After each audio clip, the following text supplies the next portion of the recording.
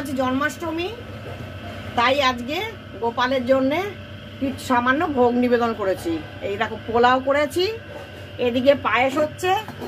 আমার কাছে পাটালি গুড় থাকে, সেই পাটালি গুড়ের পায়েস হচ্ছে, আর আলুর দম করেছি। এখানে করেছি কাশ্মীর আলুর দম। আর এই দেখো গোপালকে আজকে সাজিয়েছি যখন, এই দেখো আমার ছোট্ট গোপাল, দেখেছো কি সুন্দর একটা বাঁশি দিয়েছে। আবার এই দেখো একটা বাঁশি, এখানে আবার একটা মুকুট, এখানে কালকেটা কিনে নিয়ে এসেছি, একটা ময়ূরের পালক দেওয়া। কেমন হয়েছে অবশ্যই তোমরা জানিও আমাকে কমেন্ট বক্সে। তোমাদের সবাইকে শুভ জন্মাষ্টমীর শুভেচ্ছা। এই যে আমি আমার সমস্ত ভোগ রান্না হয়ে গেছে, এবার আমি গোপালকে নিবেদন করছি। এখানে দেখতেই পাচ্ছ পোলাও করেছি, কাশ্মীরি আলুর দম, পায়েস, আর এখানে সামান্য নাড়ু, দুটো তালের বড়া। না দিলেই নয়, দিতে হয় জন্মাষ্টমী উপলক্ষে।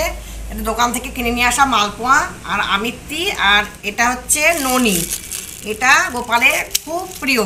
এই ননিটা আমাদের ঘোষের দোকানে খুব ফেভারিট, আর খেতে খুব ভালো।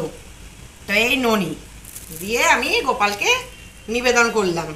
তো আমার এই জন্মাষ্টমীর ব্রত কথা এবার আমি মানে নিজে, এটা বইয়ে আছে আমার, সেই জন্মাষ্টমীর ব্রত কথাটা পড়বো। বইটা পড়ে আমার জন্মাষ্টমীর ব্রত কথা আজকের মতো সমাপন করব। তো কালকে আবার নন্দ উৎসব আছে।